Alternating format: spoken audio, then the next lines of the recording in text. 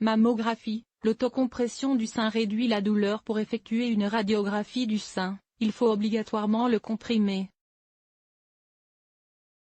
La peur d'avoir mal dissuade certaines femmes de faire ce dépistage. Une étude montre que lorsqu'elles font elles-mêmes la manœuvre, la douleur est mieux supportée, pour la même qualité d'image. La mammographie reste l'examen incontournable de dépistage du cancer du sein. Elle est recommandée tous les 2 ans aux femmes de plus de 50 ans. Pour effectuer des clichés, il faut obligatoirement comprimer le sein entre 2 plaques. C'est souvent inconfortable et parfois douloureux, la douleur étant majorée par le stress de l'examen. La crainte dissuade certaines femmes de participer au dépistage du cancer du sein. De fait, la participation est en baisse et a atteint à peine les 50% en 2017, selon l'Institut national de veille sanitaire.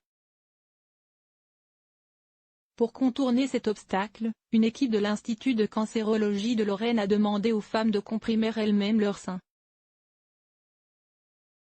L'idée n'est pas nouvelle. Elle avait déjà été expérimentée avec succès aux États-Unis en 2010. Concrètement, la patiente se place dans la bonne position et actionne une pédale qui déclenche la compression. 549 femmes, recrutées dans différents centres de cancérologie, Alexis Vautrin à Vendeuvre-les-Nancy, Bergonié à Bordeaux, Curie à Paris et Baclès à Caen, et dans 2 cabinets de radiologie nancéens, ont participé à cette étude entre 2013 et 2015. La moitié d'entre elles comprimaient elles-mêmes leur poitrine, les autres 50% laissaient faire un manipulateur spécialisé.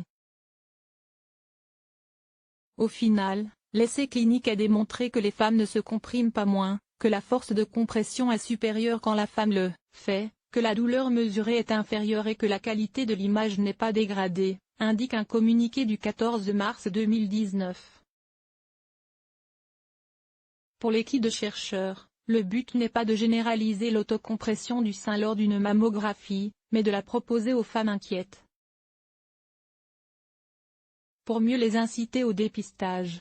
Source: JAMA Internal Medicine, 4 février 2019.